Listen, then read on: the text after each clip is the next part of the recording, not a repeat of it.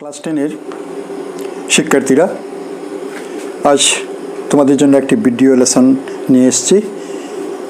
এই লেসনে আমরা আলোচনা করব বাংলা সাহিত্যের একটি পাঠটির নাম হচ্ছে বলাই। এটা একটা ছোট গল্প, রবীন্দ্রনাথ ঠাকুরের লেখা। রবীন্দ্রনাথ ঠাকুরের বিখ্যাত গল্পগ্রন্থ গল্পগুচ্ছ থেকে এই গল্পটি নেওয়া হয়েছে। তো ছোট গল্প হচ্ছে একটা সাহিত্যকৃতি, সাহিত্যের অন্যতম একটি উপাদান বা মাধ্যম হচ্ছে এই ছোট গল্প।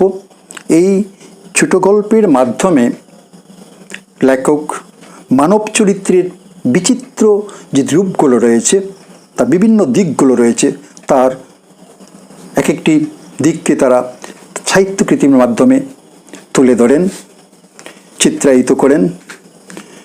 এখানে কোনো ঘটনার ঘনঘটা থাকে না, তত্ত্বকথা থাকে না, কোনো উপদেশ থাকে না। শব্দের ব্যঞ্জনায় এবং বাক্যবিন্যাসের সুপটুতায় লেখক চিত্রায়িত করেন মানব চরিত্রের যে বিভিন্ন দিক রয়েছে সেগুলোকে আমাদের সামনে, পাঠকের সামনে তুলে ধরেন। তারা এক একটা চিত্রকল্প তৈরি করেন। চিত্রকল্প হচ্ছে এমন একটা জিনিস, যেমন ধরো একটা কবিতা, একজন কবি লিখেছেন, কবিতাটি পাঠ করার সঙ্গে সঙ্গে আমাদের অন্তরে একটা চিত্র ফুটে। আমরা বাইরে চর্মচক্ষে অনেক দৃশ্য দেখি, যা দৃশ্যমান হয় আমাদের সামনে, ঠিক সেভাবে আমাদের অন্তরেও রয়েছে একটা দৃশ্যপট, যা আমরা কবি বা সাহিত্যিকের লেখনের মাধ্যমে আমরা সেগুলো দেখতে পাই। যেমন ধরো রবীন্দ্রনাথ ঠাকুরের একটি কবিতা ছোট্ট নদী। আমাদের ছোট নদী চলে বাঁকে বাঁকে, বৈশাখ মাসে তার হাঁটু জল তাকে। পার হয়ে যায় গরু, পার হয়ে গাড়ি, দুই ধার উঁচু তার, ঢালু তার পাড়ি। কবিতাটি পাঠ করার বা শোনার সঙ্গে সঙ্গে আমাদের অন্তরের দৃশ্যপটে একটা চিত্রকল্প তৈরি হয়ে যায়। ছোট্ট একটি গ্রাম, ছোট্ট একটি নদী। ঠিক সেইভাবে ছোট গল্পের মাধ্যমেও লেখক এভাবে আমাদের এক একটি চিত্রকল্প তৈরি করেন, যা আমরা উপভোগ করি তাদের সুনিপুণ লেখনের মাধ্যমে। তো এ ধরনের একটি গল্প হচ্ছে বলাই। তো ছোট গল্প সম্পর্কে রবীন্দ্রনাথ ঠাকুর একটি কবিতা লিখেছেন, তার কয়েকটি পংক্তি আমি বলার চেষ্টা করছি, যার মাধ্যমে আমরা ছোট গল্প কি সেটা সম্পর্কে একটুখানি আভাস পাব। তাহলে শোনো। ছোট প্রাণ, ছোট ব্যথা, ছোট ছোট দুঃখ কথা, নিতান্তই সহজ সরল, সহস্র বিস্মৃতি রাশি, প্রত্যহ যেতেছে বাসি, তারই দু চারিটি অশ্রু জল, নাহি বর্ণনার ছটা, নাহি গঠনার ঘনঘটা, নাহি তত্ত্ব, নাহি উপদেশ, অন্তরে অতৃপ্তি রবে, সাঙ্গ করে মনে হবে, শেষ হয়ে হইল না শেষ। ছোট গল্পের পরিচয়টা হচ্ছে, আমরা যখন গল্পটি পাঠ শেষ করব, শেষ করার পরে মনে হবে এটা শেষ হয়নি, একটা অতৃপ্তি থেকে যাবে মনের, আরও যেন কিছু বাকি রয়ে গেছে। ছোট্ট প্রাণের ছোট্ট ছোট্ট ব্যথাগুলো সুনিপুণ লেখনের মাধ্যমে সেগুলো আমাদের দৃশ্যপটে তুলে ধরেন। এই ছোট গল্পগুলি প্রত্যেকটি ভাষাকেই সমৃদ্ধ করেছে। সেই দিক থেকে রবীন্দ্রনাথ ঠাকুর হচ্ছেন অন্যতম এক সৃষ্টিকর্তা, ছোট গল্পকার। তো আমরা এবারে আসি বলাই ছোট গল্প সম্পর্কে। এটি একটি প্রকৃতি ধর্মী গল্প। এই বলাই গল্পটির মাধ্যমে আমরা পরিচয় পাই রবীন্দ্রনাথ ঠাকুরের প্রকৃতি প্রেমের। তিনি ছিলেন একজন সত্যিকারের প্রকৃতিপ্রেমী। তার একটা উদাহরণ হচ্ছে, নাগরিক সভ্যতার কোলাহল থেকে অনেক দূরে প্রকৃতির কোলে আশ্রমীয় পরিবেশে তিনি গড়ে তুলেছেন শান্তিনিকেতন বিশ্বভারতী বিশ্ববিদ্যালয়, যা তার এক অনবদ্য সৃষ্টি। এভাবে তার বিভিন্ন কবিতায়, গল্পে, সঙ্গীতে আমরা তার প্রকৃতি প্রেমের পরিচয় পাই। এভাবে তার একটি কবিতা রয়েছে সভ্যতার প্রতি। দাও ফিরে সে অরণ্য, লও এ নগর, লও যত লৌহ লুষ্ট্র কাষ্ঠ ও প্রস্তর। হে নব সভ্যতা, হে নিষ্ঠুর সভ্যগ্রাসী, দাও সেই তপোবন পুণ্য ছায়ারাশি। এই কবিতাটি পড়লেও আমরা তার প্রকৃতি প্রেমের পরিচয় পাই। চেষ্টা করব সংক্ষিপ্তভাবে গল্পটির বিষয়বস্তু নিয়ে আলোচনা করব। তো বলাই হচ্ছে সম্পর্কে লেখক অর্থাৎ রবীন্দ্রনাথ ঠাকুরের ভাইপো। সে একটু ভিন্ন প্রকৃতির ছেলে ছিল। একদম ছোট্টবেলা থেকেই প্রকৃতির প্রতি তার একটা নিবিড় সম্পর্ক ছিল। আর দুটো ছেলেমেয়ের চাইতে সে একটু আলাদা ধরনের।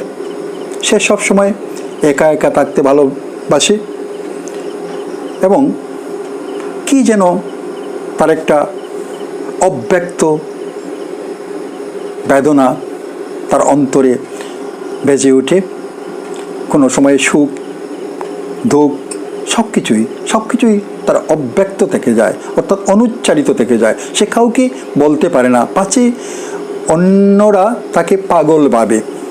সে ধরনের এক প্রকৃতি ছিল তার। তার প্রকৃতিতে আমাদের চারপাশের নানা রকম গাছপালার মূল সুরগুলোই ছিল প্রবল। ছেলেবেলা থেকেই সে বিচিত্র সৃষ্টির অসংখ্য ও নিবিড় সুন্দর সকল বস্তুকে চেয়ে চেয়ে দেখে। সে দেখে সকাল ও বিকালের সূর্য ওঠা, অস্ত যাওয়া, স্তরে স্তরে সাজানো ঘন কালো মেঘ,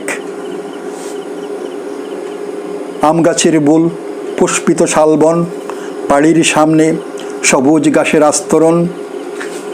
এসব দেখে দেখে তার মন আনন্দে ভরে ওঠে, এক রঙিন নেশায় সে মেতে ওঠে। সে তার রক্তের মধ্যে অনুভব করে এক অব্যক্ত স্মৃতি, যা শুধু সেই বুঝতে পারে, প্রকাশ করতে পারে না।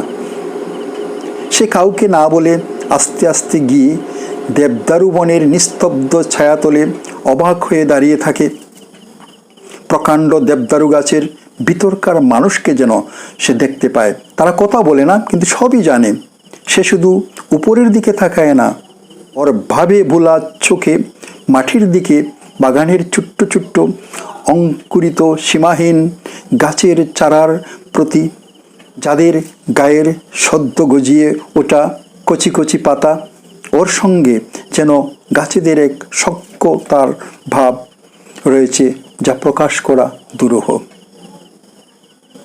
সেটি লক্ষ্য করেছিলেন তার কাকা অর্থাৎ লেখক রবীন্দ্রনাথ ঠাকুর।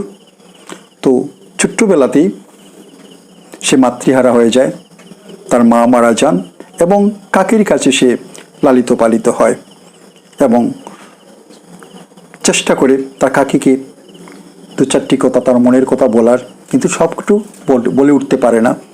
কারণ যখন কিছু বলতে যায় তখন তার কাকি সবটা হয়তো তার বুঝেন না, কিছুটা বুঝেন কিন্তু কিছুটা বুঝে উঠতে পারেন না।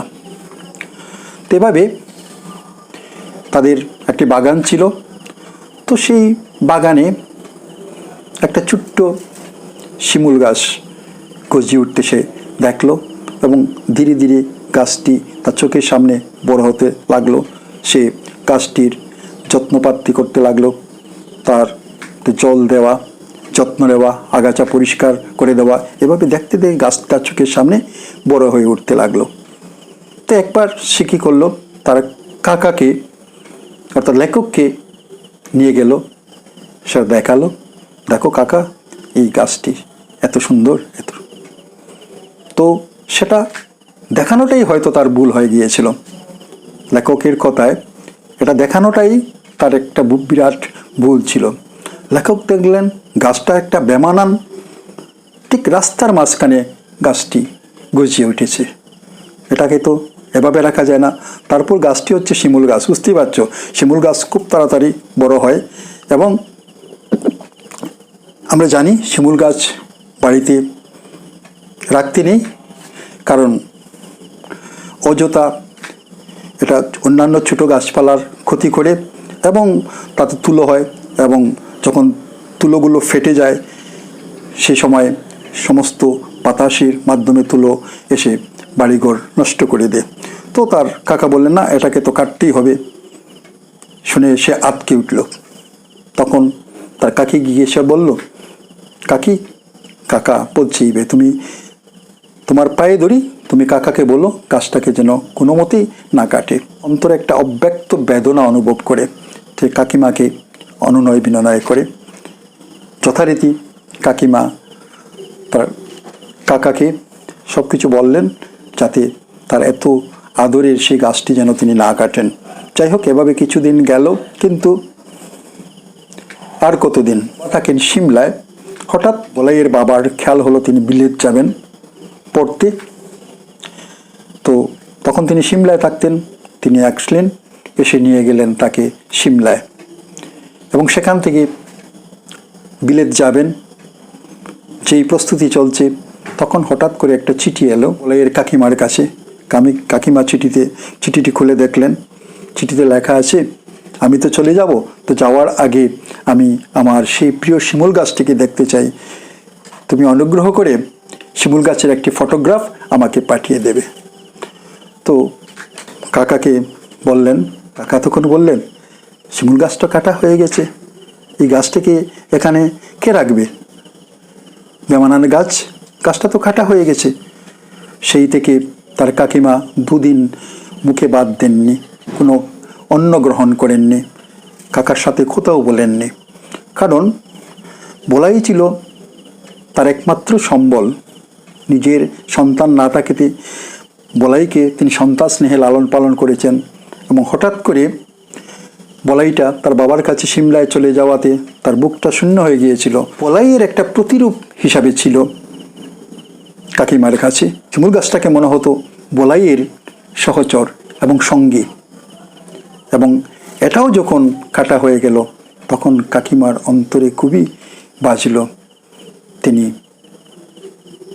খুবই দুঃখ পেলেন। তো এটাই হচ্ছে বলাই গল্পের মূল বিষয়বস্তু। আমরা পরবর্তী ভিডিওতে বলাই ছোট গল্প সম্পর্কে আলোচনা করব। আজ এ পর্যন্তই।